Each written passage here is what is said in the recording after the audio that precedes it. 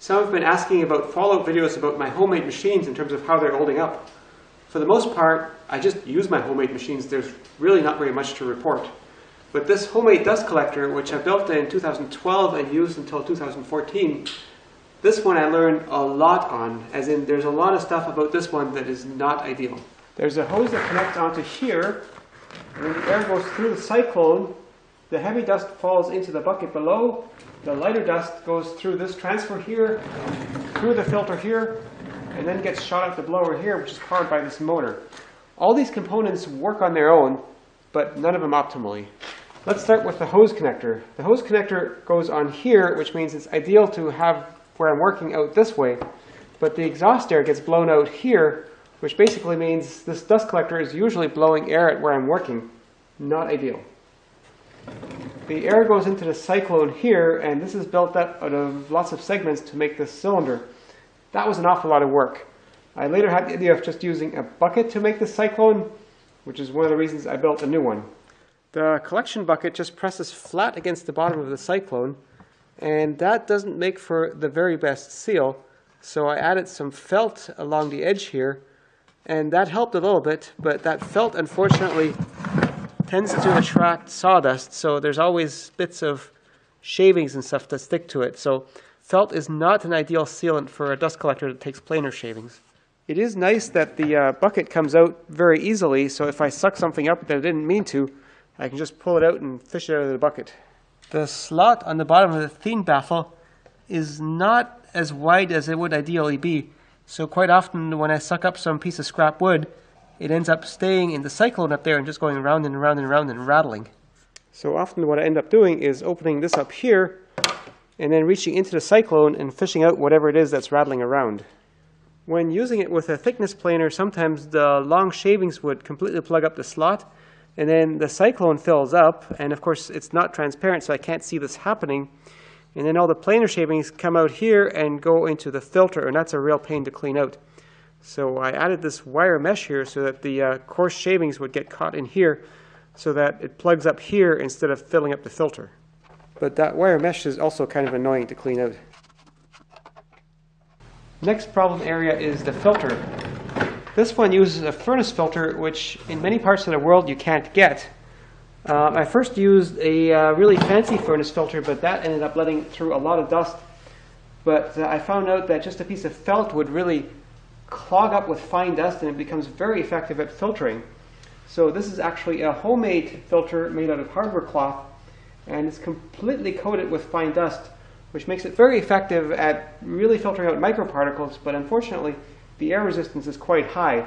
I really should have 2 or 3 times the surface area for this.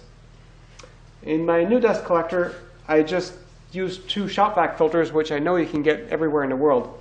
Furnace filters like this, only in places where you have forced air central heating, like in North America. Let's take this one out to shake the dust out a bit.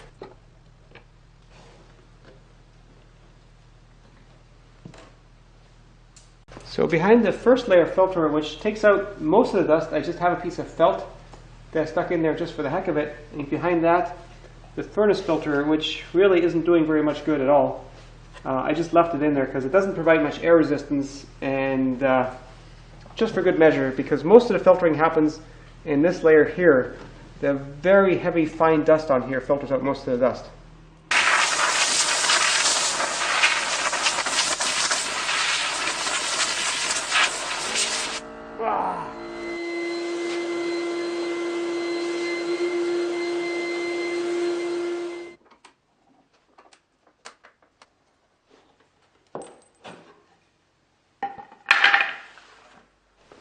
In here is the blower, and the impeller is about the size of this box here, and the next major problem with this thing is it's way underpowered. It barely makes it up to speed.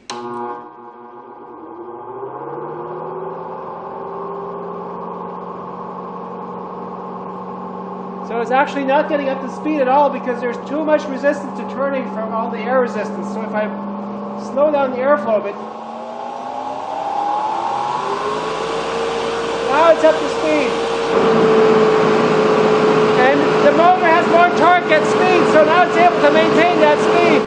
I was really pushing it with the power of the blower for that 1/3 horsepower motor. Let me show you by putting the camera in the airstream.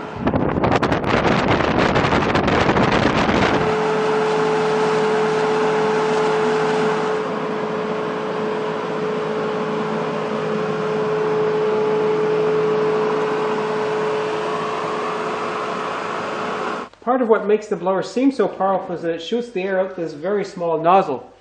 Really not that much useful. And also the size of the blower just means this dust collector takes a good 5-10 seconds to start up. And if the weather is very cold, that motor actually won't even get up to speed at all. So it really wasn't such a great idea to put such a big blower on such a small motor. I should have just used a much bigger motor. If it's really cold, sometimes the grease is too thick and the motor won't turn at all.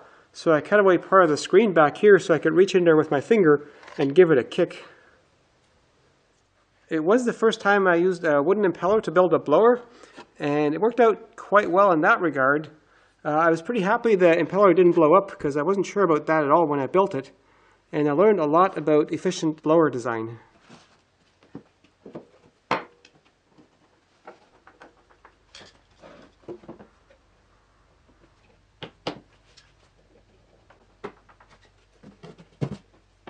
It's been tempting to try to fix the shortcomings of this dust collector, but to do that I'd have to replace the Cyclone, I'd have to replace the filter box, and I'd have to replace the motor.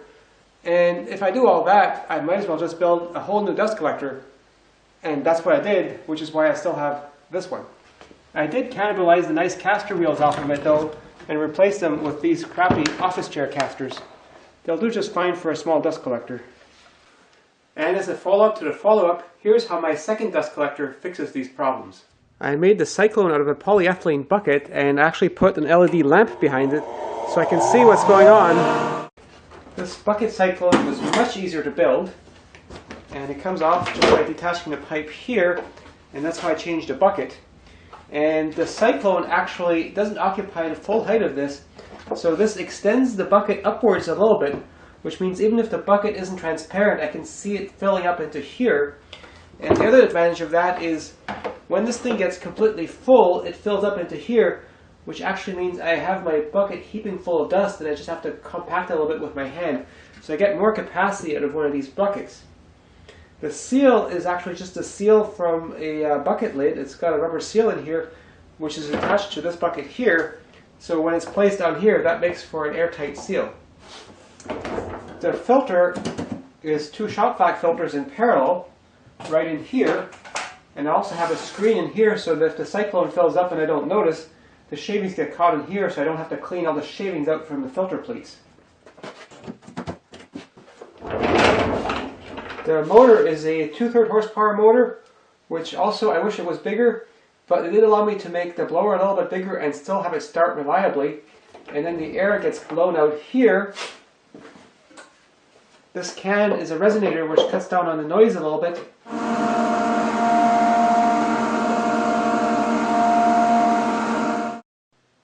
I have lots of videos and articles about my first homemade dust collector and this one, and I'll put links to those in the description.